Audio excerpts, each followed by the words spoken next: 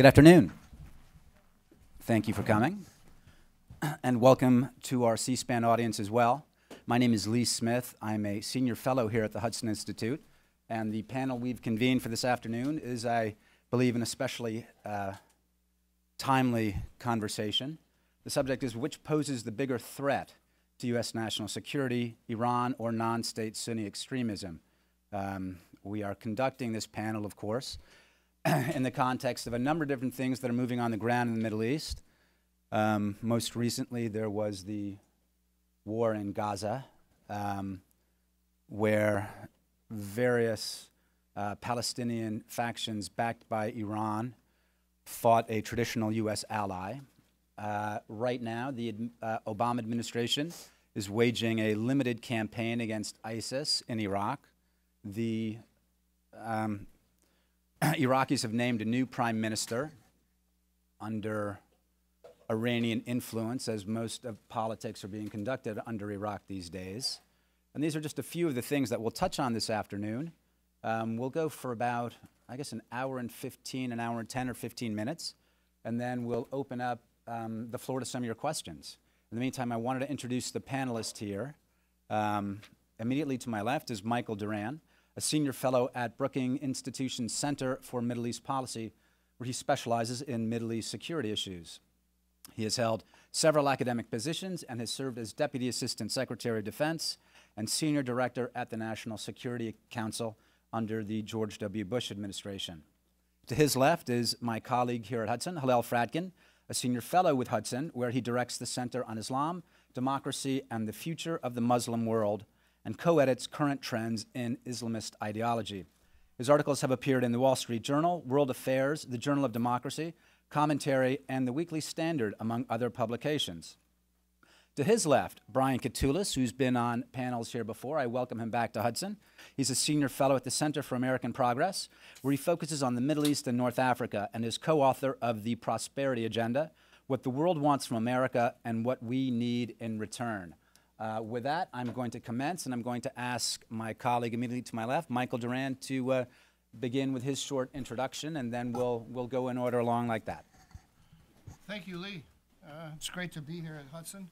I'd like to thank Hudson, and the audience here, and in the C-SPAN audience. My simple answer to the question, which threat is the greater strategic threat, is Iran. But before I go into my thinking, let me describe what I believe to be the Obama administration's answer to that question, because I believe, although they have the question hasn't been put to them and they haven't answered it, and I don't think they would like to have to answer the question, I think it's pretty clear that the Obama administration regards ISIS as the primary threat, or Sunni jihadism writ large. Until the Obama administration, since the Iranian Revolution, I think every other president regarded countering Iran in the region as a vital U.S. interest. And the Obama administration continues to pay lip service to countering Iran in the region as a goal. But it's really hard to point to any initiative that the administration has taken that you could say is really designed to counter Iran. And in particular, we had this very significant intervention in the Syrian civil war by Iran and by Iran's proxies that elicited almost no response, and I would say basically no response from the United States. And that was I think that was the first clear sign we had that the Obama administration no longer regarded countering Iran as a vital interest. And I think if you look across the region, in every major arena, you'll see increasingly the U.S. and Iran are marching in parallel. The most recent example being the new prime minister in Iraq, was welcomed both by the United States and by Iran. The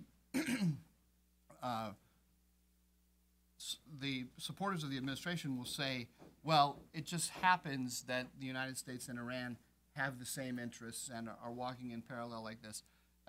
I personally don't believe that to be the case. I think that this is there's a conscious effort to accommodate Iran, to arrive at a modus vivendi, and the primary reason for that is the notion that ISIS is the threat. We have this problem of jihadistan now, from Baghdad to Aleppo or Baghdad to Damascus, and the administration's attitude, I think, is much the same. Its attitude in private is much the same as what we've seen from Ambassador Pickering and Ambassador Lures and Crocker, who wrote an op-ed in the Washington Post, many of you saw, which said that we have to band together with all of the like-minded states in the region that are hostile to ISIS, Iran being first and foremost among them, and so we should come to an accommodation with them. We heard the same thing from Admiral Stavridis,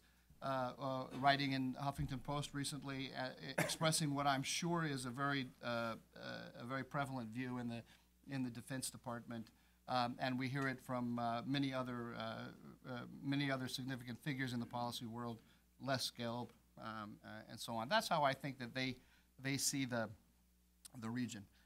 Personally, I think that this puts them in a very contradictory position. Let's just say, for the sake of discussion, that our number one goal at the moment is to counter ISIS. So the administration's answer to that is, well, what we need is a change of government, a change of prime minister in Iraq to have a government that is more inclusive of Sunnis, so that we can begin to separate out the Sunnis, the Sunni tribes in Iraq from ISIS, because a lot of what one of the reasons why ISIS has been able to take over the Sunni Arab portions of Iraq is because it is benefiting from the tacit support of the tribe. So we have to drive a wedge, and in order to do that, we need an Iraqi government that is more accommodating to Sunni desires more broadly. I agree with that analysis in general terms, but not in the specifics. We're going to need much more than just a change of the prime minister. You have to change the whole structure of the security services in Iraq, which have become increasingly Shiified over time, and you have to change the alignment between the Iraqi government and Iran, because the tribesmen in Iraq believe that they are being targeted by a proxy of Iran in the form of the Iraqi government. We learned how to do this during the surge, and we learned what it takes. It takes a significant U.S. security commitment. It takes direct relationships with the tribesmen on the ground. We have to offer them security, and we have to offer them a political path forward that will allow them to believe that if they go against ISIS, somebody will have their back. And I just don't believe that the Iraqi government, under any prime minister, as it is currently constituted, is going to succeed in that. But then we have the second problem, which is Syria. And the president said recently, when asked whether he should have supported the Syrian opposition, he said that the criticism of his policy is horseshit, which I take to be a rather strong statement that he's not about to reverse course in Syria. In Syria, we need exactly the same thing that he's describing in Iraq. We need a political horizon for the Sunnis of Syria. Until the Sunnis of Syria have that, there's going to be no way to disconnect them from the most extreme jihadis. But the president's attitude suggests that he's not about to do anything.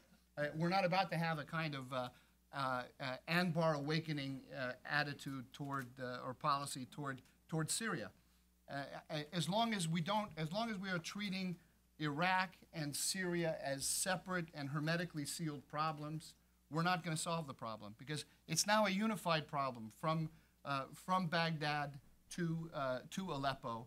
We have to have a whole a whole of Jihadistan strategy, which means basically an Anbar Awakening style movement in Syria and in Iraq, designed to pull the Sunnis away from the jihadis. And until the president approaches it in that paradigm, I think our policy is destined to fail, or it becomes what it actually is. And this is what hasn't been admitted, and I'll stop here. The policy we have at the moment is an unstated policy of containing Jihadistan by aligning ourselves with Iran and Assad. That's not like I say, it's not what we say in public, but that's what we're doing. We're just trying to put a ring around this thing and hold it in place. And I think that's going to be a very, very big failure. Thanks, Mike. That's terrific. And there's a lot to come back to shortly. In the meantime, Hillel, if you would please give your introduction. Thanks very much, Lee, and thanks for the audience and my fellow panelists. First, I want to start by agreeing with Mike. I think Iran is the greatest strategic threat, although I think one has to say that both threats are considerable, that both the Islamic State and the Islamic Republic of Iran are fanatic, determined enemies. Mostly they are enemies to one another, but the one thing they can agree on is that we are the enemy. So there's, first of all, there practically speaking may be something to choose between them in the short term, but not in general terms.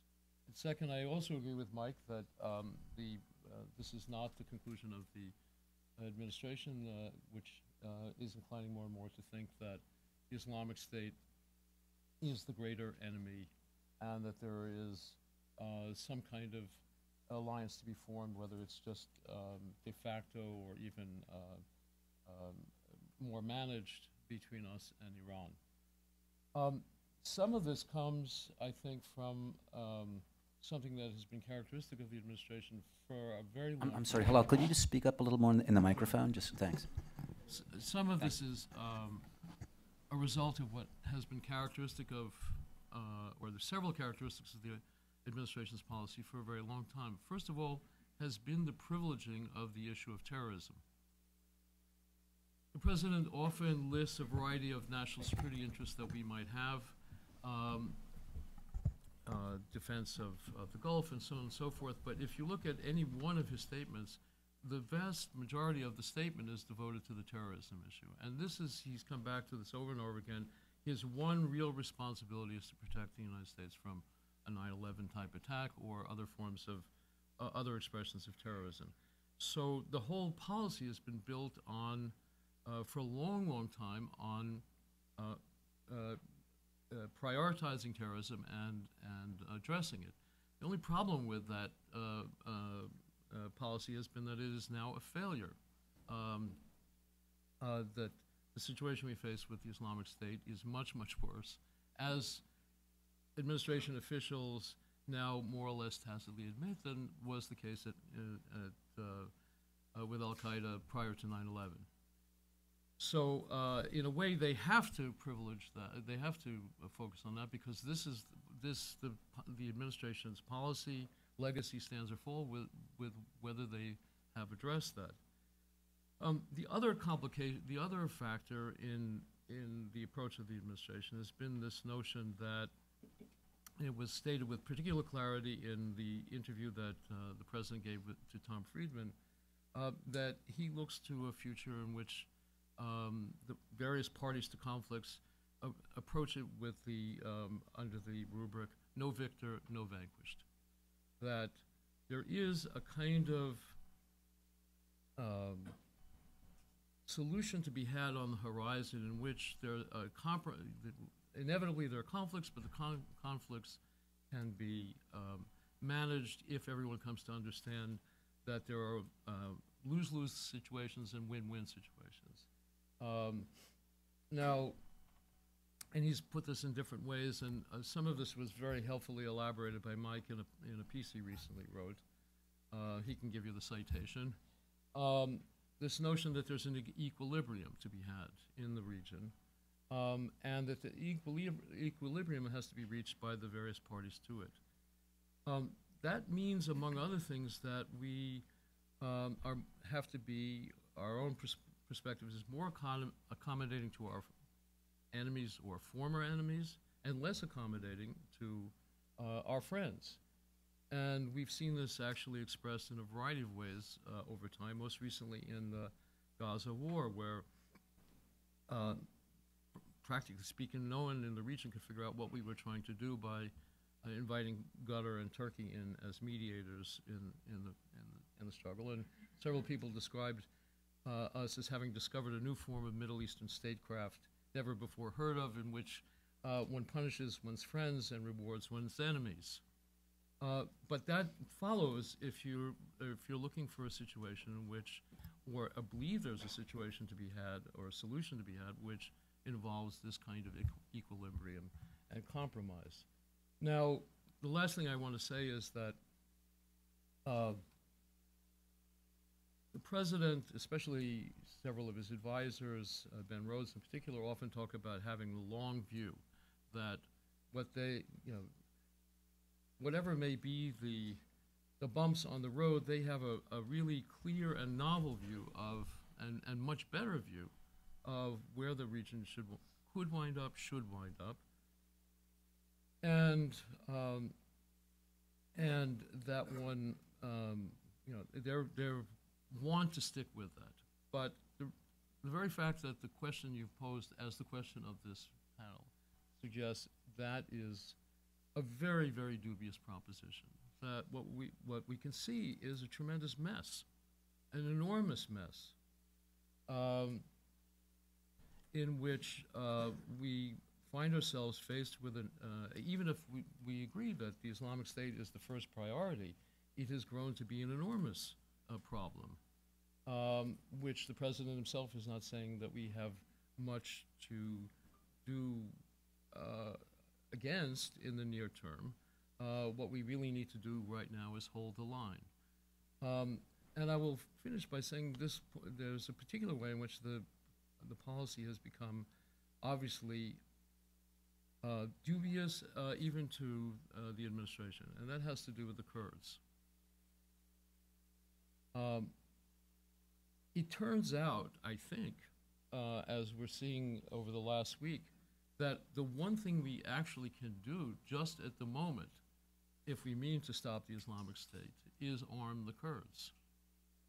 Something we have resisted for months, for years, and even resisted a month ago when the Kurds, high-level Kurdish delegation was here to request heavy arms because they anticipated having to go up against the Islamic State, which would be heavily armed.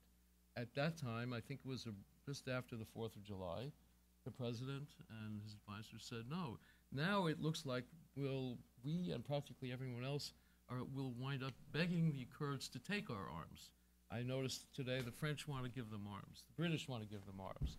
Even the Germans want to give them, not arms, but non-lethal military material. So that, I think, shows evidently a failure in the policy, but also points in something like a direction for in the short term, that one of our principal assets right now in the region is the Kurds, who are not friends, who were not enemies, but friends, that we may really need to go back to a policy in which we support friends and, to the extent possible, punish enemies.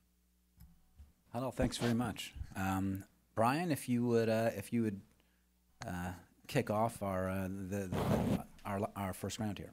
Great, and it's really great to be here with Michael and Hillel and Lee. Thanks for inviting me back here for what I think will be a very interesting discussion. First, at the outset, I wanted to make 3 points. One, I want to respond to the question that is framing our discussion. Second, offer a diagnosis of what's going on in the region. And then third, maybe suggest some points about where we go from here as a country, and I want to highlight, as a country and together, because I think that's important. And obviously we'll talk about President Obama and the Obama administration, but I think what we're seeing in the Middle East requires a much more unified national response than I think we've seen, at least for the last decade. And our own sort of divisions sometimes hinder our ability to deal strategically with these challenges. First, to the question of what's a greater threat. Is it Iran or the non-state Sunni jihadists? When Lee asked me about this question earlier this summer, I said, I'm sorry, I'm going to have to punt because I see both of these as possibly representing tremendous threats. And in fact, you need only go back a few years when our military and our intelligence officials found evidence that some elements in Iran were supporting some elements of al-Qaeda in Iraq. So there is and has been instances of what I would classify as tactical cooperation between these entities. I want to be measured here too, because when we use labels or talk about Iran as a monolithic entity, I think that's incorrect. I think there are many different strands within Iran, and as we've seen in our most recent history, sometimes some elements inside the Iranian power structure will work with us on certain issues, like Afghanistan or other places. It has been already under President Bush, and I think right now, today, tactical cooperation in a certain sense, if not planned, but just as a matter of happenstance and change in the region. But that all said, the reason why I refused to answer the question is I actually think when you asked me that question, I actually went back to my old college textbooks. I was studied at Villanova University, and the Augustines were quite good, and talked about or read about the concept of evil, which I actually think is very important to inform the moral values architecture of how we approach these problems. I don't think we should put it in our rhetoric forefront, but I think we should think about this, because what's happening in Syria, what the Islamic State is doing to different groups, members of their own faith, religious minorities especially, it's evil. When you see what the Iranian regime has done to repress the voices of individuals, it is evil. But I'm a pragmatist too, a foreign policy analyst. We need to deal with these challenges with that moral framework in mind, but then practically move forward, which is the second point. And I hope this is useful, but we did a report recently, and it's based on some extensive on-the-ground research throughout the Middle East. And the report is available over there, at least a few copies for those of you watching on TV. It's on the American Progress website. And I think the diagnosis, trying to be more clinical as opposed to just talking about the moral challenge, because there's a moral challenge, is that the Middle East, at least for the last 3 years and perhaps longer, has been in a period of fragmentation and fracturing, an intense competition for power amongst the key stakeholders within the region. We've been a factor in that, but I think our policy debates necessarily overweight how much we matter. Sometimes I think if an asteroid hit a planet 100 million light years away from here, some on the right would blame President Obama for that, and some on the left would say it was because of U.S. imperialism. Things happen in the region in part because of demographic, social, and political changes. Our actions matter. It does quite a lot. But I think right now what we've seen, especially since the rise of the Arab uprisings, has been this multifaceted competition for influence. First, within countries. Who's actually leading these countries, whether it's Egypt or Tunisia. Syria is the most vicious point. Second, it's sectarian. It's Shia versus Sunni, Saudi Arabia versus Iran and their proxies, if you will. And then there's a third layer, which is often not recognized, but I think comes deeply into play in the Syrian opposition, is the intra-Sunni fight between Saudi Arabia on the one hand, and perhaps the UAE, and Turkey and Qatar on the other hand. And I know it sounds like a complicated sort of way of looking at it, but I actually think that's where the region is at. And in a sense, many in the region have bitten the apple, and they see like gods. They are exercising far greater influence over their own region and affairs. And if there's a broader trend, it's that those countries that have more resources, that are wealthier, that are less internally divided, are playing out their battles in their own proxy wars in the region. we've been by and large, in part, I think, incidental and a bystander to this. And I would argue, and I think Michael and others will argue against me, but I think also when we were in the region with 170,000 troops, that presence matters, but the politics and the shaping of power dynamics, which I think some of our most deft diplomats have helped guide and shape, and I think we're seeing that go on right now inside of Iraq, is an important part of this struggle of trying to figure out where do we intervene, how do we actually use our power in a way so that it doesn't lead to overreach, overreaction, or as I think we have right now, a bit of underreach in this administration. Which leads to the last point, and I'll close here, of what do we do about this? Just some starting thoughts, because I hope this is a broader conversation to deepen all of our, and stimulate our thinking. First, the other challenge I had with your question, Lee, was that it framed things very much in a threat-based scenario, and I think that's important, but I also think that our strategic thinking often goes down that path without thinking about what are the opportunities, what do we actually want to see achieve, and I think this tactical crisis management reactive mode that we've seen on policy under President Obama, but quite frankly also certain aspects of this under the Bush administration when it walked away from its own freedom agenda or its own doctrines on paper, is driven by that this tactical crisis management is driven by, again, real threats, but if we're not defining what it is we actually want to achieve in the long run, and I think it is a long battle, we need to think about what sort of Middle East do we want to see 20 or 30 years from now. Moving from that point, I think we have to support, and this is where I might disagree with how Hillel characterizes the current policy stance, but I do think it should be, you got to support your friends first, your most reliable and capable partners. And we'll get into Gaza and Israel and the various what I think are largely tactical questions about this dispute between Obama and Bibi Netanyahu, because I think there's a strong, enduring strategic relationship there. But I think at bare minimum, our friends in the region now are Israel, Jordan, the Kurds, and a few others perhaps on some days. I mean, Egypt we have to get to because it is a center of gravity, and I fear that it's slipped away from our strategic discussions, and it's a complicated discussion, and we need to stay engaged there. But at bare minimum, helping our friends help themselves. And I think that's what President Obama has done with the Kurds, and I hope it's a step in the right direction. I think also, for those who are very glum and pessimistic about Iraq, and I was a critic of the war, I was also one of those left advocates of we should get out militarily, but I was also saying we should stay engaged diplomatically and politically. The good thing about Iraq today in the central government is it's got politics. Dysfunctional though they be, it is not the scenario that you have across the border in Syria, which I think, and I hopefully we'll get into this, I think we will with Michael's comments and others on the Syrian opposition. You have an ability, something that did not exist certainly under Saddam Hussein and for much of the period when we were there. There is politics, and I think this is one good thing. And I think what President Obama has tried to do, quite correctly inside of Iraq in response to the ISIS rise, belatedly I would say, is get others to take responsibility for their own affairs. And as we see, as the Kurds see, when they're willing to fight, when the Peshmerga are willing to go on the ground with their grit and determination, we will have their back.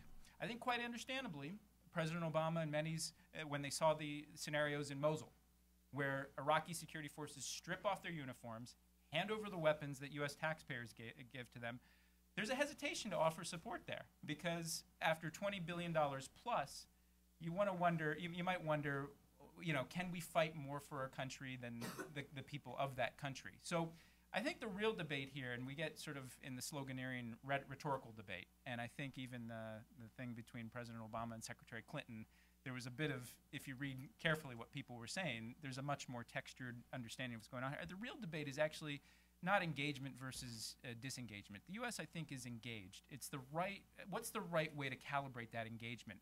Who are the partners when we get into Syria that we need to work with? Because I think, and again, I think some of the things Michael, Hillel, and I may disagree. I don't see yet President Obama going down this path that Ryan Crocker or others put in their op-ed. I see something perhaps something that's much more muddled than that. It's not a strategic choice between the two. It is, and this is where I'll close, I don't think how they're operating this is we're all closed, is that I think they pragmatically see that the United States, for all of the talk of us disengaging, we still have a wider network of partners in the region. Right now, it includes the UAE, Saudi Arabia, Jordan, obviously Israel, Qatar, Turkey's a NATO ally, Egypt, for the most part, they're still trying to work with. No other country has this diversity of relationships. I see the attempts with Iran as a bit more of a tactical attempt to deal with one aspect of the relationship, but I don't see us going in the tank. And even if there is a nuclear deal, which I think there are low odds of there being a nuclear deal, I see this very sort of hedged, multifaceted approach. Cautious, I think, has its downsides. It also has some wisdom to it, too. And I think the real debate is how do we actually move forward? How do we prioritize in the region, in a region that's actually in turmoil? How do you set your national security priorities? And then how do you implement a strategy that takes into account that second factor I talked about, actors actually advancing their own strategies of influence, which I think is quite different than what we saw sort of in the old Arab Cold War between Arab nationalism and monarchies. Thanks very much, Brian. That's terrific. And I'm especially happy if the subject of the panel sent you back to Augustine. That's fantastic. And I hope that many other people in the audience, including C-SPAN as well, will also return to Augustine and read it for the first time. I wanted to defend a bit also the subject of the panel, because actually I think the administration, or in particular the president, has put it like this in various interviews with both Jeffrey Goldberg and in a David Remnick profile. And I believe I've made this case from the same stage a couple times in the past. And the case I'll make is, I think the way the president understands the fundamental issue is not mad. I think it's very sound. I don't agree with it, but I think it's very sound. And the way I'll lay it out is this.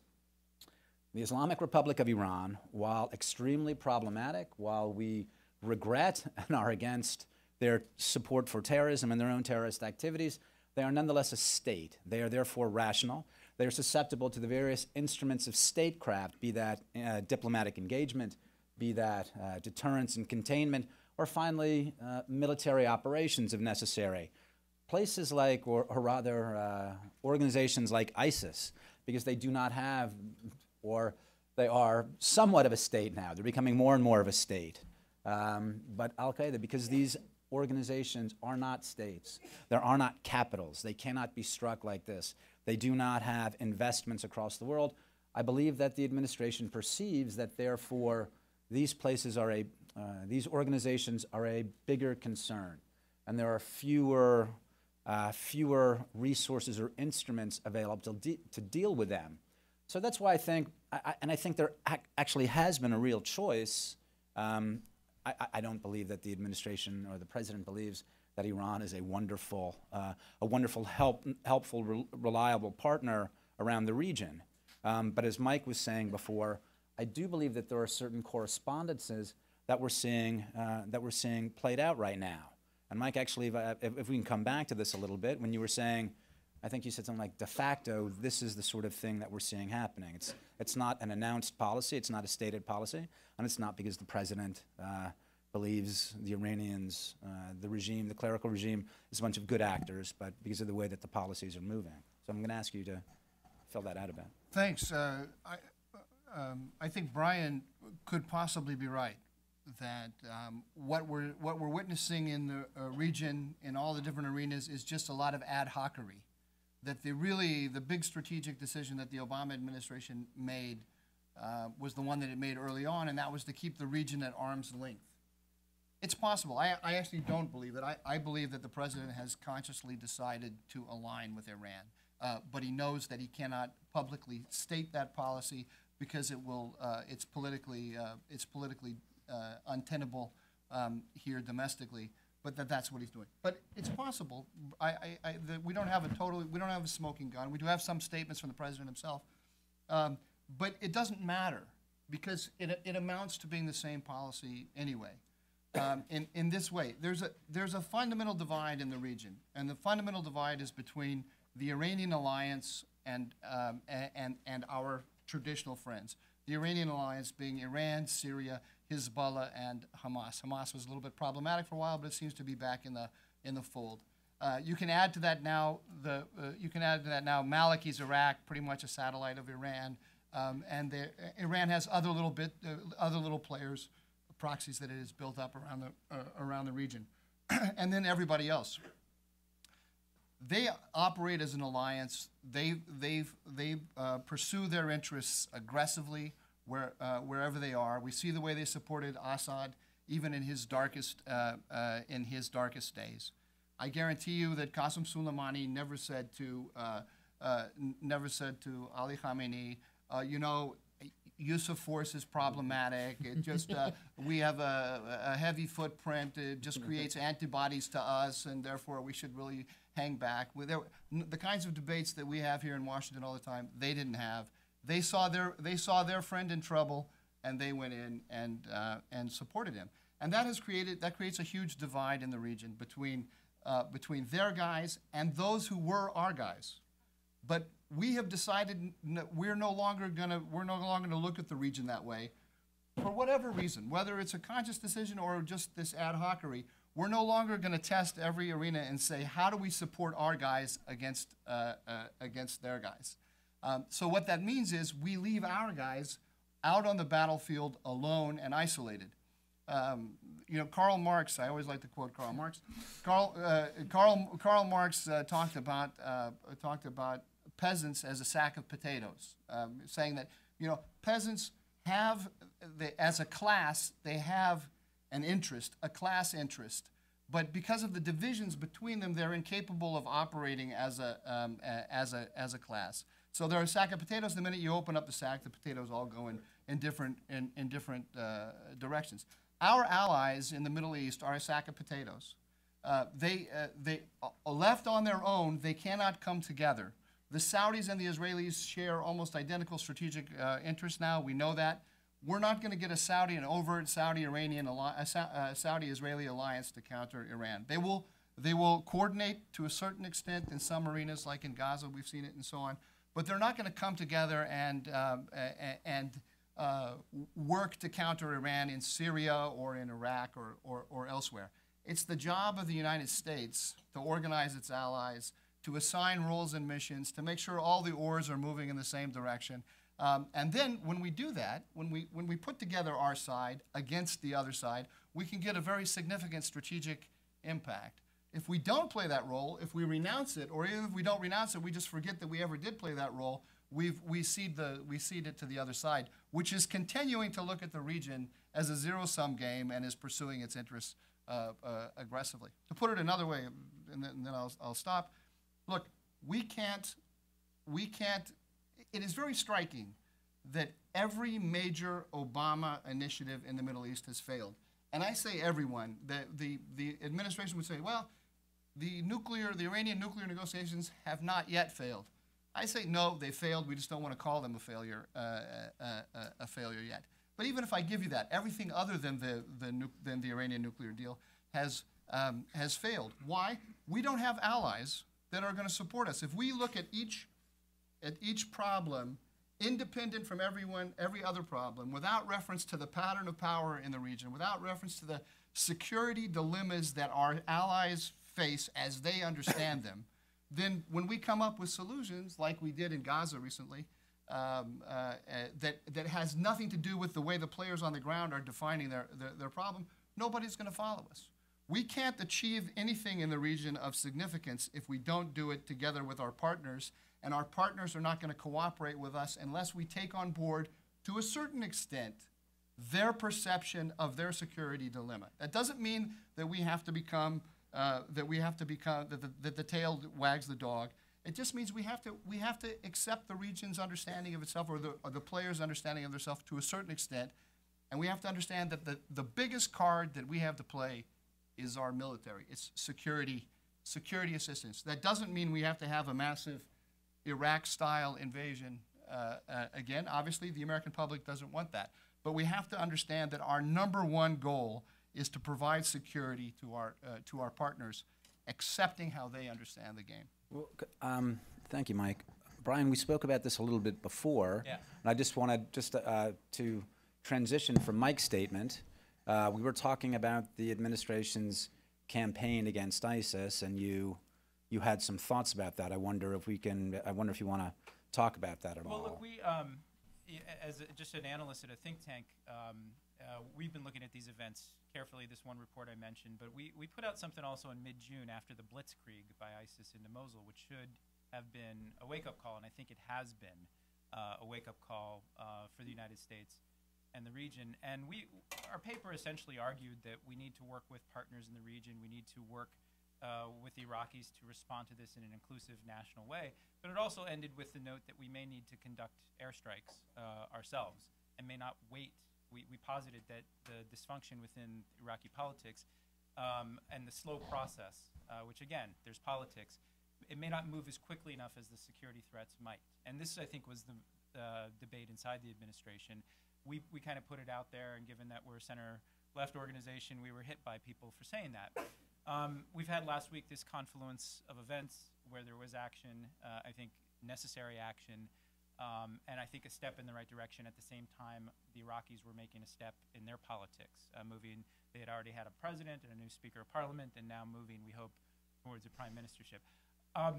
What we put in that paper as well was this problem of Syria, and perhaps we'll go down this path on Syria, is that quite obviously the wake-up call, and I think Michael said this, I've written this before, this summer, is that these two problems, which I think until earlier this summer have been stovepiped inside the administration, but increasingly in the last few weeks, the different people working on the different aspects, the problems have merged.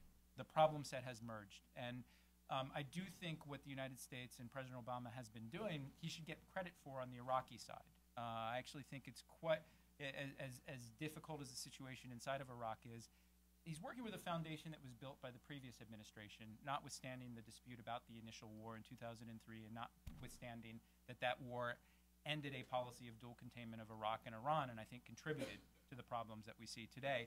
All of that's in the past. We are where we are now. Work with what you've got. And I think there's the makings of what does a pathway look forward, especially if the Iraqi leadership does build this inclusive response in Baghdad. Perhaps there's more to come there.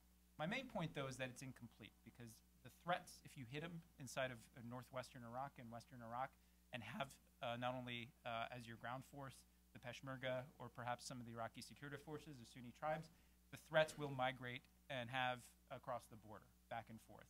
And I actually I can't pretend to have the answer to this. Maybe Michael or Hillel will. I mean, I think we could also go back to what could have been done in the last couple of years, and I think that's a legitimate debate. I'm more interested in what you do now. We just finished about a month on the ground in Turkey, Lebanon, Jordan. We have a report coming out on the Syrian opposition, and we're really struggling with this question. And I think part of it is it may have been easier in 2012 or 2013, or maybe not, as Secretary Clinton and others have really, I think, hedged. Nobody really knows. But connecting it back to maybe two things Michael said. One, look, no matter what the U.S. did or didn't do in Syria the last couple of years, we are where we are right now. So let's figure out how we can actually build a foothold. I know you had some proposals in your article in Foreign Affairs. I think this administration, given the wake-up call of the summer, might be entertaining more of this. They see the problem that I identified, that you can't just work in Iraq and then hit a hammer in Iraq against no anvil that exists in Syria. You need to squeeze this threat. And in Iraq, again, we have partners on the ground willing to do this. I think we might have some in Syria, but they're damned weak right now. They're beaten down by, I think, a very aggressive and dangerous, not only security threat, but an ideological threat to the region. So I think that's one point. Second thing, and this is a little bit away from Syria, but I think related to Iran, and Lee, both you and Michael mentioned this. Again, I think it's important to do analysis not only on what the statements say, what Ben Rhodes or President Obama says in an interview to Jeffrey Goldberg, but I think actions matter quite a lot too.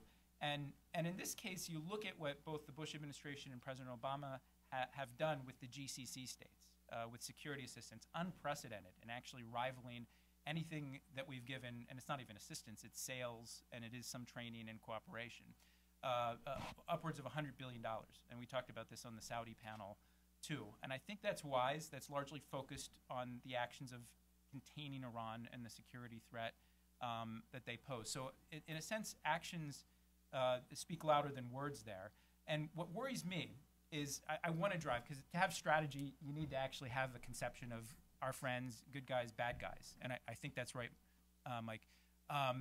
What I worry about is when you look at some of these states, like Saudi Arabia, and you know it very well too, is that it has many different strands. I think on balance, they are a traditional ally. But you also look at what they funded in terms of education, what they're funding even in our mosques here, private financiers. You look also at that lost period in the Syrian opposition when the non-strike event of about a year ago or so. It led to certain actions by Saudi officials that I think contributed in certain ways to the problem that we have right now inside of Syria. So again, I'm introducing more nuance than perhaps is acceptable in strategy. But nuance is good. Yeah, but it's a region where it's not so clear. Like, it's clear to me that Israel, Jordan, they're reliable and capable allies. It's clear to me that the Kurds as well. And yes, we do need to make a decision. My main point to answer your question is I think we've made some decisions on Iraq. I think this administration still hasn't clarified what the heck it wants to do with its proposed $500 million at the end of June for the Syrian opposition. Is that anti-Daesh? Is that anti-Assad? Is it both? If so, then what's your strategy here? Thanks, Brian. I want to come back to Syria shortly, but in the meantime, I wanted to, again, use what you were talking about to transition to Hillel, because one of the things that we were talking about, and I believe you mentioned, was the no victor, no vanquished formula, which suggests, Brian, I entirely agree with you that a lot of our allies, and as we've known for a while, a lot of our regional allies are problematic, to say the least. Some of them certainly, many of them certainly not as reliable as Israel, or maybe the Kurds will turn out to be, or the Jordanians.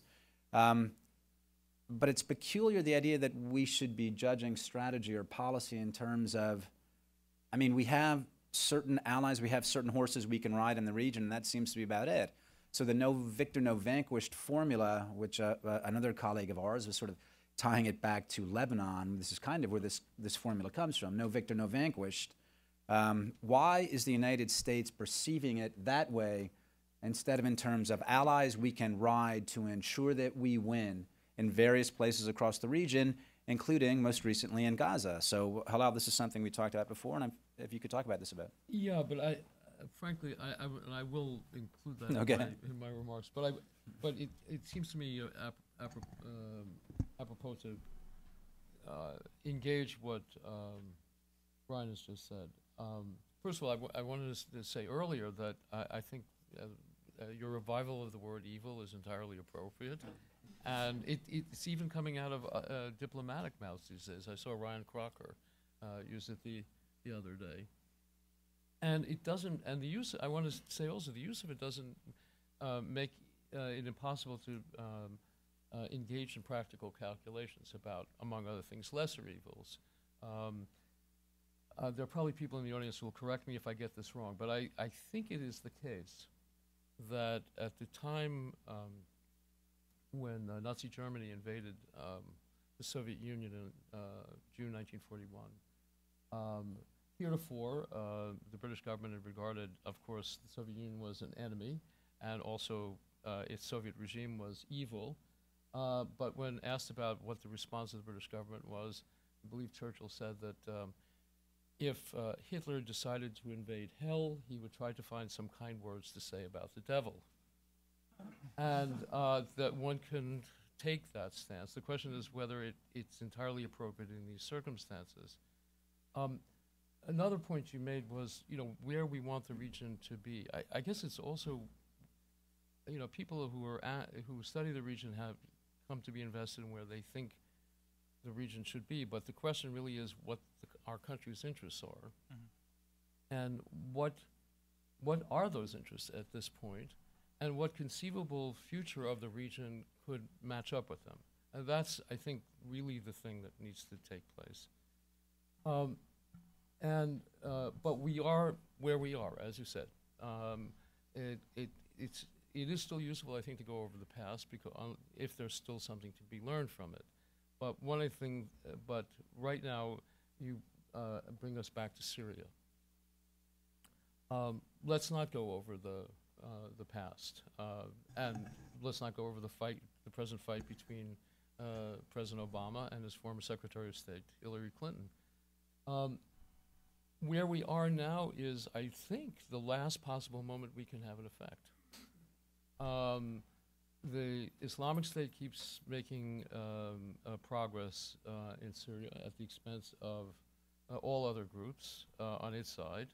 The regime keeps making progress. Most recently, yesterday, it captured some more towns around Damascus. So, within the next few months, maybe even shorter period of time, there will be only two sides in Syria, and neither of them will be anyone we can support. So, whatever has to happen is going to happen there that could still be beneficial has to happen extremely rapidly.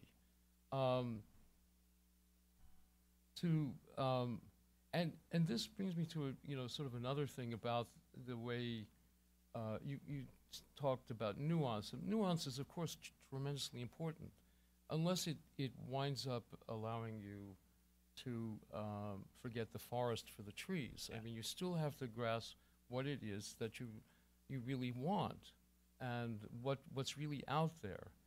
And the president, there is a claim made on behalf of the administration, by the administration, that it has a very careful and calibrated, it's the word they use over and over again, calibration. Well, that calibration doesn't seem to be working. So really one needs to have, if one means to be successful, a different approach. When this hand can play itself out and it will be final. As for the Gaza situation, I assume part of this discussion will go over the issues more generally, but there came a crucial moment in the Gaza war in which I wouldn't say that Israel had Hamas down and out, but it had it down because, only because of its military action, but because the Egyptians were cooperating or even egging the Israelis on not to stop and not to give way in any way to any other proposal regarding a ceasefire other than the ones that the Egyptians had offered. And the Egyptians had two interests in that. One was that it was their offer, and the second was that it did not yield on the embargo which they had imposed on Gaza. On the Rafah, right. And then what did our Secretary of State do? Well, that didn't immediately produce an agreement, nor was it expected to. Hamas turned that down, but it then got a leg up or a lift up off the floor because the Secretary of State went off to Qatar and Turkey and said, "Well, you guys could talk. Hamas doesn't want to talk to Egypt. We have to talk to you." Well, that was an extremely foolish thing. It was certainly foolish from the point of view of the Egyptians and the Israelis. It was foolish from our point of view. If, for example, Mike is right, that what you want to be doing is helping your friends and supporting their interests, unless you think that there's some enormously greater interest that requires you to demur. And that I think was,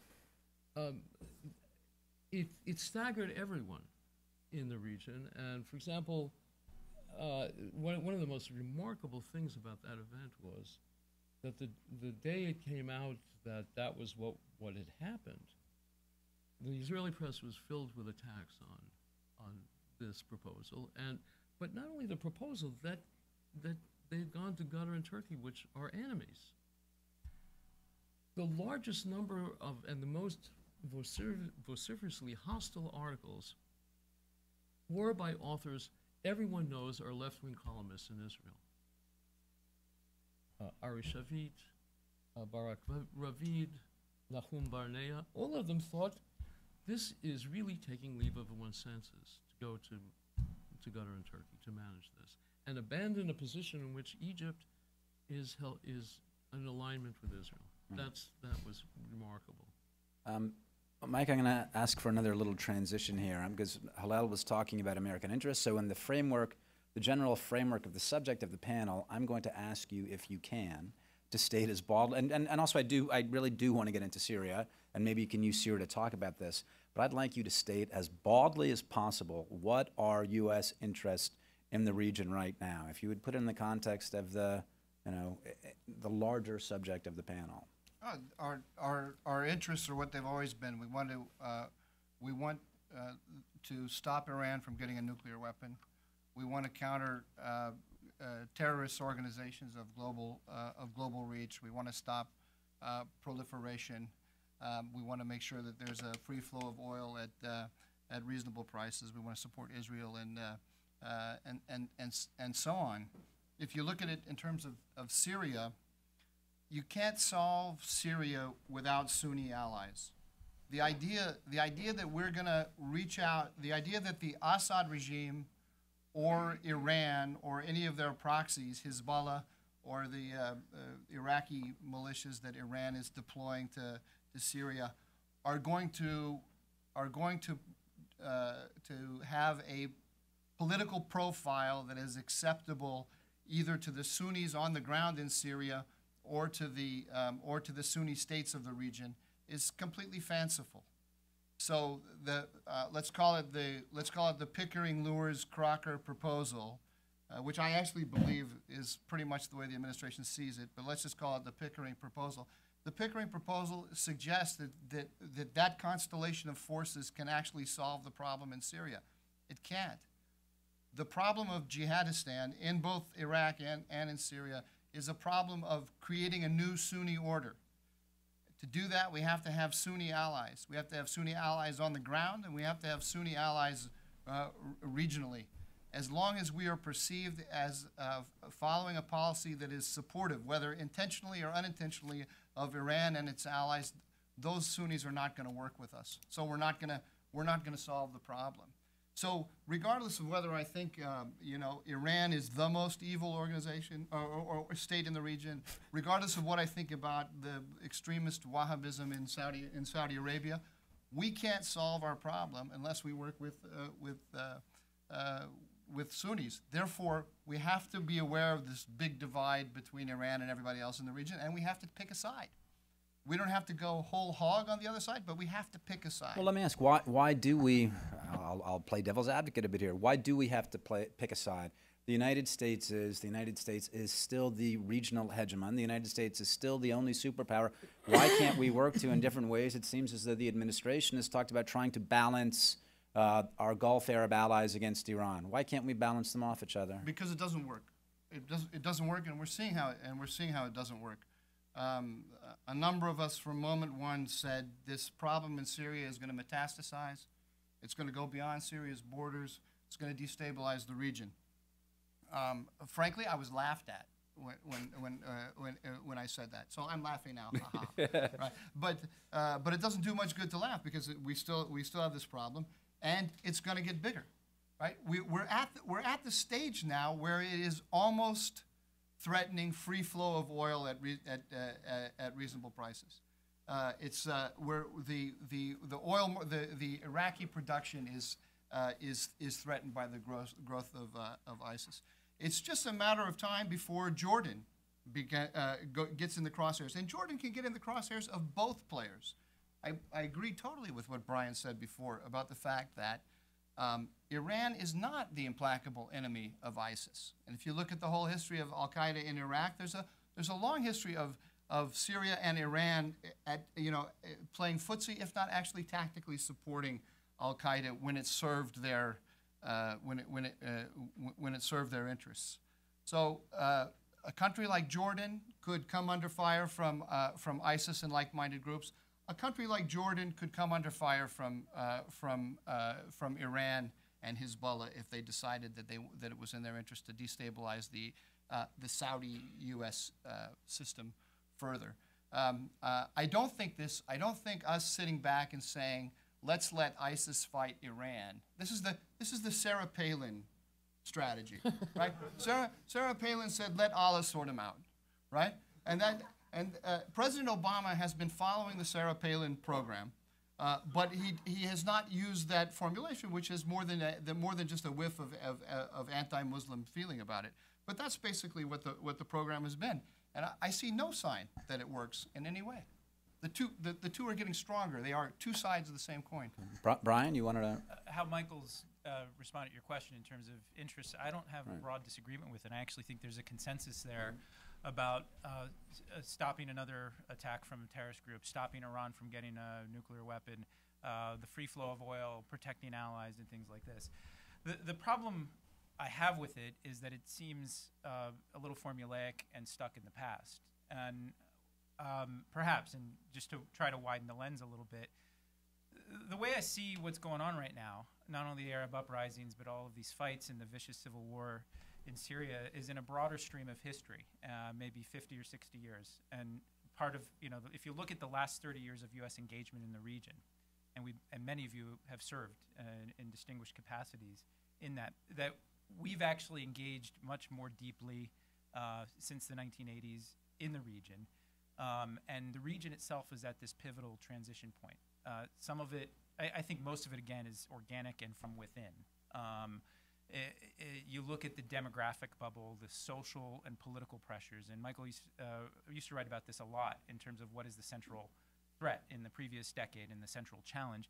I think that's still the case. And call me a liberal neocon or things like this, but the fight, I'm going to use the F word for C-SPAN viewers, fascism and freedom, two F words. It's a broader landscape, which I think is very important to keep in mind in sort of our strategic and largely also tactical discussions about different pieces of the problem we have right now. My hope for the longer term, we have an interest, I think, to see this region, to define it. I would define it as a region that's much more cohesive and integrated with itself and integrated with the rest of the world. That may be too idealistic at this point. It seems such a glim notion. But to be able to achieve that, it's got to move beyond just simply what do we do in terms of security steps or in terms of economic assistance. It has to have this component of moral values and ideas. Does anyone remember the battle of ideas that people talked about after 9/11, which I thought was a big wake-up call? To me, the broader trajectory of the fight inside of this region, and we can play a role, but I think we've largely been bystanders to it over the last 2 or 3 years, is this fight of what we stand for versus what others say that they stand for. It touches upon faith, religion, and power in ways that I think our security class, and we just don't want to listen to it. But I think it matters quite a lot. The struggle for decency and freedom in Egypt is ongoing right now, and it's much more complicated than I think the top lines have been presented since last year's ouster of Morsi. So that's the longer struggles that I would hope that's not too idealistic of a vision. I have a lot of worries about how President Obama approaches this as an analyst. But if you look at his interview with Tom Friedman, the thing that perked my ears up that I don't think people commented on was his notion that you've got a Sunni majority that feels disconnected from the global economy. So as a guy who wrote a book called The Prosperity Agenda, I believe the figment of that. I think that's right. It is about people feeling like they have security and a job and things like that, but it's incomplete is my main point, because it's got to include the other aspects of basic freedom and human rights and dignity, which are, again, so hard to talk about right now. When you see ISIS, you see Iran and other things, but it's in that broader context that I think we approach the challenge of the Soviet Union, Latin America, Eastern Europe, that really is missing from this discussion, our discussion. Again, and it seems a bit far, but if you don't have that vision of where you want to go, which you're right, it should be about interest first and foremost. But if that interest is devoid of our sense of values that we need to promote, then I think we're just fighting a losing battle in the long run. No, I mean, I agree with you. Between Brian and Hillel, I think that you've both put together you've both described American foreign policy the way it's been for a long time. It's a combination of values and interest, and it's what makes us rather rare, if not unique, in the world like that. Hillel, I'm going to ask and see if you'd like to respond to that, but before too long, we're probably going to open it up for a few questions, but we'll see what goes. Yeah, I want to observe that what Brian just said. Look, our deepest engagement in the region came more or less following 79 and the Iranian Revolution. And if you look at what the region was and what we were doing, the region was a dysfunctional mess. 8 years of a war between in Iran and Iraq, which managed to move the border, I think, 2 centimeters, and millions of people dead or wounded, which led to the invasion of Kuwait by Saddam Hussein. And what we have tried to do is to deal with that dysfunction. With sometimes with more success, sometimes with less success. What we have been doing, I think, for the last 5 years is something different. It has been to say, look, we can let the region sort itself out, and the principles of that, how that's conceived of may vary, but that's what I think was in mind in the administration. And it, as I believe Fred Hyatt put it a couple of weeks ago, it was an interesting experiment. That experiment hasn't worked, and I think it's fine to have a vision for the future. The question is what to do about it now, and what has worked for us when it has worked is what Michael suggests, that we have to see we have friends and we have enemies, and that maybe if we get to a point where our friends are actually feeling empowered, confident, successful, then we can figure out how we can draw the enemies into that sort of compact. For the moment, it seems to me, and this, I just want to end on the Sunni point. Right now, the problem is, that's an interesting way of stating that we need a new Sunni order. The difficulty is right now that the Islamic State lays claim to be that new order, and what's really frightening about it is not so much simply the terrorism, but the fact that a lot of people are beginning to think that's true. And in their own way welcome it because it's successful, and as much as they things around the edges they don't like, maybe crucifixions and beheadings are a little bit too excessive, but this is what the Sunni world is a feeling that people are coming to have. Mike, did you want to? Just a quick response to Brian. I totally agree with what you say in the abstract. I like it when we are a big muscular power with a very idealistic vision. I noted though that the American public is supportive of the president when he says that we need to reduce our profile internationally, and I think that kind of big vision is not really practical at the moment. I would love it to come back, but what we do have at the moment in Syria, upwards of 7 million, maybe even more people displaced, at least 200,000 killed. The regime dropping barrel bombs on bakeries and torturing children and so forth, and the United States absent from that fight, and every now and then we witness. We say, oh, it's really horrible what's happening, and we condemn, and we send tweets from the Security Council about how bad the Assad regime is, but we don't do anything about it. And that's the thing that troubles me most at this point. Mike, thanks very much. I believe I am going to open it up to questions right now. You would know. Yes. Let me look inside my head. Yes, I think I'm going to do that. We have a gentleman over here.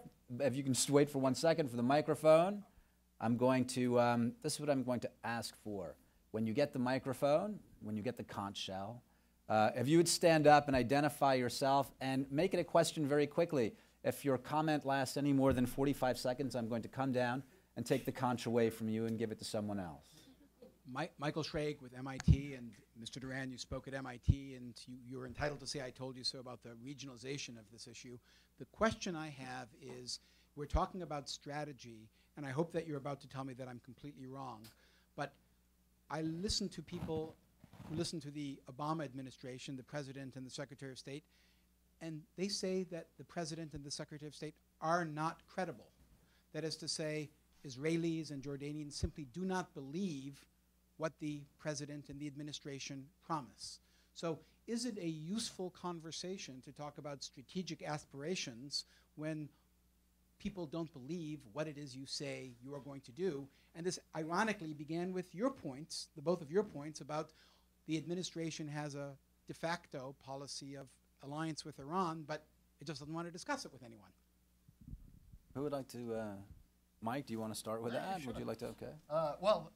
Yeah, there's a huge credibility problem, and in my analysis, it begins with the Iran issue. We cut a deal. We don't like to talk about this. All of our allies don't want to talk about it because it's kind of rude. But we, the United States, cut a deal, or the Obama administration cut a deal with Iran behind the backs of our allies. And we sprung it on the Israelis. We sprung it on the Saudis. And we did that before the election of Rouhani. And that damages credibility. What damages credibility, too, is our Syria policy, where I call it the Syria two-step, which is basically every time Syria gets on the news in the news cycle, we come up with an initiative that looks like we're going to do something about the Syria problem, and then we don't follow through on it. The most obvious example being the strikes on Syria, the proposed strikes last September. The latest example is the president's speech at West Point, where he laid out this $500 million for the Syrian opposition, but then when you start looking into the details, you see that, well, the $500 million isn't going to get appropriated till December, and then the program for actually helping the Syrian opposition won't be up and running until January, February, and then the first guys who will actually be fielded with American training and weapons will be about a year after that. So we're talking about 2 years down the line. It's a nothing burger dressed up as helping the Syrian opposition. So policies like that will lose credibility for sure. But we are the United States. I mean, we have enormous resources and power. And if we just start doing stuff, people have to listen to us.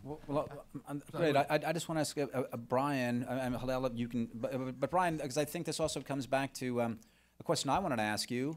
When you said it might be too late right now to do much with the Syrian opposition, why? I mean, this is the United States. We stepped in right now into Iraq in a limited fashion. Why is it too late? And doesn't that affect American credibility if we say, look, it's too late for us. We know we're a superpower. We know we've been carrying the ball in the region for a long time, but suck it up. Yeah, I guess I'll amend that statement if I said that, because I don't think it's ever too late given our considerable powers. And again, we have unrivaled military and intelligence capabilities that we need to use judiciously.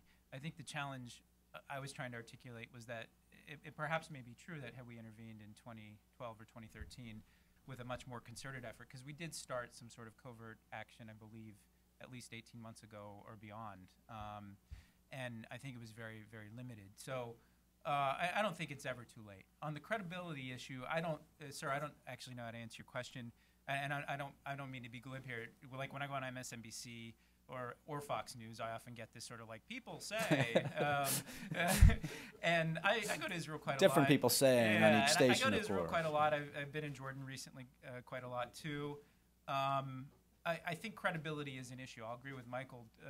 The red line issue, and I've written about this, really was a challenge and presented a difficulty. If I could just respond, though, is I think in addition to credibility, which is important, can often be, is very important, I think there's an efficacy challenge, too, as well, effectiveness.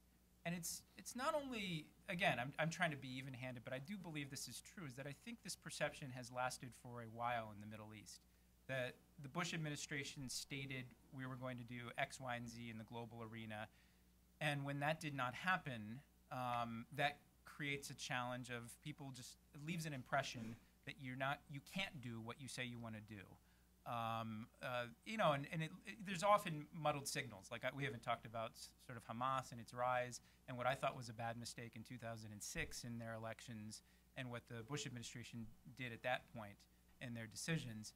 But the broader point I want to make is that I fear, given all of our power, and we are still very powerful in the region and in the world, quite often we have our leaders, whether it's President Obama or President Bush, state we're going to do X, Y, and Z. We're going to arrest the rise of the Taliban in Afghanistan. We're going to stop North Korea from getting a nuclear weapon and things like this. And then when we don't achieve that, that creates, I think, a bigger problem of people look at you and say, you can't even say, and that I think contributes to credibility. You can't even get done what you said you want to get done. And I'm suggesting that that spans a couple of presidencies here. I'd also suggest, too, not that some sort of kumbaya message here, but I do think that if we actually got sort of our act together, and I've been involved with various initiatives with AEI, I come from the center left, but I'm an internationalist, and I worry what Michael said is spot on, is that the architecture for U.S. engagement, the political support for it, I think is much lower at the popular levels. It certainly was very high post 9/11, and I think squandered a bit, and then now we're leaning back more than I wish we would lean in. If there's a way we could on Syria, I don't think, sorry to go on here. No, I think there's a way for us to think of a pathway forward. I think the pathway forward on Iraq, as funny as it sounds, seems clearer to me because there is an Iraqi government, there's something to work with there. On Syria, I think there is a pathway if President Obama is serious about this additional money that he's focused on. And I agree with what Michael said about the strategic communications of previous efforts. This sounds to me different. Talking to some friends in the administration, it sounds to me that it perhaps has legs. It also sounds to me that if you look at like Robert Menendez, Tim Kaine, and Democrats who want a more robust engagement in Syria, there's an architecture to make that happen here. So we should form a Syria, bipartisan Syria study work group. Absolutely. Seriously. But we should do it today and be done with our work tomorrow. Yeah, but you could do it this month. I mean, I know there have been various initiatives. USIP, we've been involved with this. These quiet things can actually matter a lot in shaping the thinking of people. Look, I think it's good to have op-eds and free-flowing and criticism. I did it against President Bush. You'll do it against President Obama. That's part of what our debate is all about. But it's sort of those quiet discussions of how do we actually marshal our resources together in a much more focused way. Could be helpful to these guys because, as you know, you served in the White House. Quite often you're clearing your inbox. You're not actually, you don't have the luxury of thinking this longer game that you and I at a think tank and Hillel and all of us have the luxury to really think about. Hillel, did you want to? Yeah, first to directly answer your question, yes, we have a big credibility problem, and it's twofold. That we don't deliver on what we promise, but also that we don't see what they see. We don't see the region as they see it. And so there's a deeper fear that we just can't deliver on what they need because we just don't see it that way. I would say that at the moment, the only way to change that is for the administration to take some very dramatic action, which clearly marks a departure from what their policy has been up till now, whether that's in Syria or in Iraq or both. Because probably both need to happen, but I agree it's much easier still to do something in Iraq, which would demonstrate to people, and I think would have to be a fairly forceful action, which would demonstrate to people that the president has rethought what he thought and is really prepared to do things he wasn't prepared to do before. I would suggest that in the most immediate term, I mean, I'm tempted to say what it has to be in Syria because, as I said before, I don't think there's a window maybe of a few months left, if that much, at this point. No, this is. But in Iraq, I would say the clearest thing he can do right now is, now that there's been a rush to help the Kurds, is to keep it going, really keep it going, and both because it will be demonstrably different than the policy we've been following, and because it'll do some good, really some good. Hold on, Brian just wanted to. Real quick on Syria, I wondered if with Aleppo and what's happening in Aleppo, if there's a focusing moment in the way that I think last week with Erbil, there definitely was. If there's an opportunity there, because the point I'm making here is that Aleppo, the second largest city in Syria, may fall. At some point, there's been two sides, actually. Yeah, to two sides in a grievous assault. And, we didn't even talk about things like too much the Christian minorities and Yazidis and things like this who are being pinched by this bigger fight. But is there a moment with Aleppo, a focusing moment? I tend to think that President Obama got out there on Erbil and on Iraq in ways that his own base maybe didn't like, but I think was essential to do. I think perhaps there's a moment here as well, perhaps. But again, going back to here, how do you actually sell that? And being clear, because I think the administration needs to be clearer. And again, one other thing I would say is that the way they've talked about their actions in Iraq have been too limited. Not that we should go in any sense, but like limited in the sense that defining what this threat actually is, the Islamic State. Brett McGurk and a few others have talked about it, but I think hearing from the president about the nature of what we're dealing with in both Iraq and Syria, I think is essential for building the case, again, and I'm not talking about another invade and occupy mission, but a very targeted, perhaps use of support for people to stop Aleppo from falling to either the regime or the You mean like taking the Syrian Air Force, destroying the Syrian Air Force on the ground? I honestly, as an analyst, have not thought that through carefully. You'd have to talk to people and people who are serving, like Dempsey, who has been criticized by people in Congress, rightly or wrongly so. But you'd have to make a pragmatic case, and that's the thing. Some people have told me who work with this president, he's not squeamish about force. His problem is the then what questions of, he's very pragmatic in that sense. When people, the don't do stupid stuff, which has been bandied about, I think most Americans actually don't mind that as a principle. It's not a strategy, as people have pointed out, but I think he would acknowledge that as well, too. Mike, you're looking like you have something to say. Actually, I wasn't intending Surprisingly, to say it. No, I wasn't intending to say it, but I will. Quoting Marx. We're going to quote Marx again. No, now the 18th mayor. This is fantastic. This time Groucho, though. Yes. I'm going to quote Eisenhower. My favorite Eisenhower quote. When Eisenhower sent troops into Lebanon, he did it in '58, right after the Iraqi regime fell, and he was afraid of a spread of revolution around the region. And the Shamoun government was weak, and they asked for help, and he sent troops in. And he met with Sam Rayburn, the Speaker of the House, and Sam Rayburn said, "Mr. President, I'm concerned that this will end badly. I don't. It's President Obama's then what question." He said, "I'm concerned about Arab nationalism. I'm concerned about victory in Lebanon. I'm concerned about the Soviet Union." And the president said, "Oh, this will end badly. I can assure you of that." He said, "But the question is, does it end badly with us taking action, or does it end badly with us not taking action? And the most important thing is that we take action in order to send a message to all of our allies that we are willing to take action for them, because they're really desperate at the moment." And that was that to me is very interesting, because Eisenhower was a guy who really understood the use of force extremely well and its limitations, and number two is understood as being a guy who was very prudent and reluctant to use force. As taking action against ISIS, I mean, look, the Sunni regimes are concerned about this. They're concerned about ISIS. Is that enough to say, no, the United States is serious? We're serious allies. We know you're worried about. We know the Saudis are worried about it. We know the Emiratis. Everyone's worried about it. Is that enough? ISIS and Iran. We have to do both. All right. This gentleman up here, and again, if you would just wait for the microphone, and again, if you would ask it, keep your question extremely concise. Well, but they need. I know you're close, but the thank TV you. audience is far. You I'm can stand and identify yourself. I'm a Faisal writer from Iraq. I have a question about credibility and allies. I mean, how can U.S. gain credibility when it has Saudi Arabia and Pakistan as allies, who are one of the main sponsors of terrorism in the world? This is not why we love them.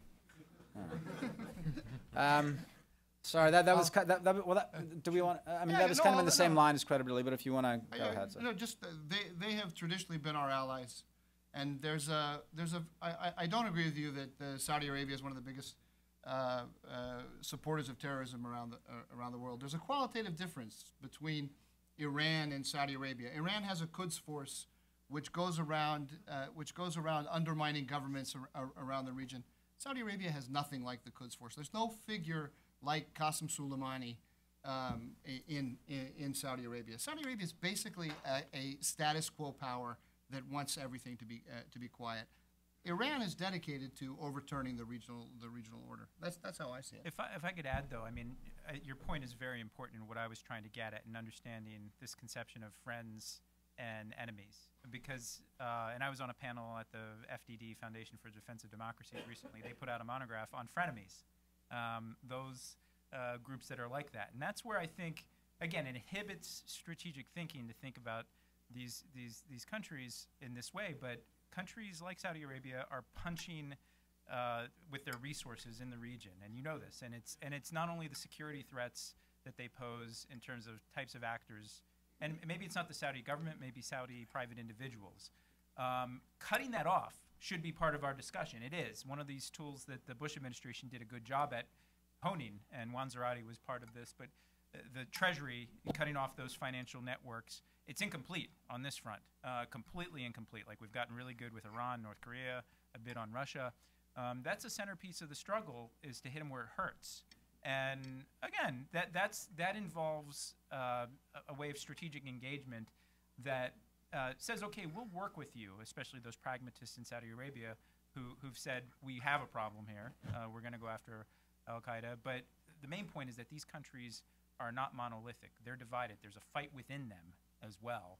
And we need to actually be cognizant of that while we're building partnerships or making deals with them. Mike, did you? Just one more point too, which is that there are nasty currents coming out of the Gulf and coming out of the Sunni powers in the Gulf, and I would say that the best way that the United States can counter those is by having a vision of regional order and taking the lead in establishing it, so that the Saudis and the Qataris and everybody else aren't pushed back on their own resources. They don't have an expeditionary military that they can send to Syria. So they use the tools that they have at their disposal, which often are not in our interest either. We have time for. I just wanna, okay, Halal. Okay. on Pakistan, I just want to refer you to the works of my colleague, Ambassador Hussein Haqqani. His most recent book, Magnificent Delusions, about the long relationship between the U.S. and Pakistan, and I think you would find it very helpful in answering your question. Thanks. If this gentleman here, if you can hold on just 1 second. There's the microphone. Thank you very much, Mohammed Kurdar. I just wanted to follow up on this idea that you were talking about, Brian, about sort of marshaling ideas together. So how do we address these? And I'm going to ask you to go very quickly, Okay, because very we're running out of time. So in particular, two challenges in addressing these broader issues that I think have been threaded throughout the panel. The first one being this issue of the non-state actor. It's been talked about ad nauseum, but I'm still not convinced that we really have a clear idea of how do we strategically engage with non-state actors. So one of the differences, I think, between the decision-making of the airstrikes with regard Again, to please. Erbil versus Syria is, the sort of state actor status of the KRG. The second thing is how do we define what our priorities, our interests are. I couldn't help but notice the list that you gave, Michael, was mostly negative and status quo, sort of, and not that I disagree with it, but countering terrorism, preventing a nuclear Iran, continuing our support for our allies, and the free flow of oil, as opposed to thinking about what do we want it to look like in sort of a positive sense. Thanks. Brian, I'm going to ask you to start off with this, and I'm going to ask you to keep it as concise as possible. Yeah, it's a real tough question with non-state actors because there's a range of them. There's obviously the most dangerous terrorist groups, and I think some of these people, you can't deal with them. You just have to, you look at how they're acting, and you just have to go after them and kill them. You need to kill their ideas, though. That's the most important thing, is that I think whatever we've done over the last 10 or 12 years, I think we've done a much better job in targeting these individuals, but we haven't yet, going back to this battle of ideas, what should befuddle all of us is why we're still in this state after everything that President Bush did, President Obama did, whether it's counterinsurgency, light footprint CT, this problem that is political, social, and demographic, and these groups like Islamic State are tapping into something that it's hard for us as analysts to understand. To defeat it, we actually need to go after it militarily, but we need to also then figure out how these societies can actually build a much more decent sort of respect for basic rights. Without that, we're just going to continually go through this cycle when you take into account these demographic factors I keep highlighting. That's actually, we're going to close on that, and I think that's actually a really, I'm sorry about that, but I think that's really actually a wonderful place to end that. It's not just a military engagement, but it is something that we've been talking about for the last decade, a battle of ideas, and it probably needs to be re-engaged. And it's a very interesting question. Why? Why is this still going on? Why do we still have the problem with sub-state actors, non-state actors? We'll reconvene at some point to ask those questions. In the meantime, I wanted to thank you very much for being here, and thanks again to our C-SPAN audience. Have a wonderful afternoon and a lovely rest of your summer.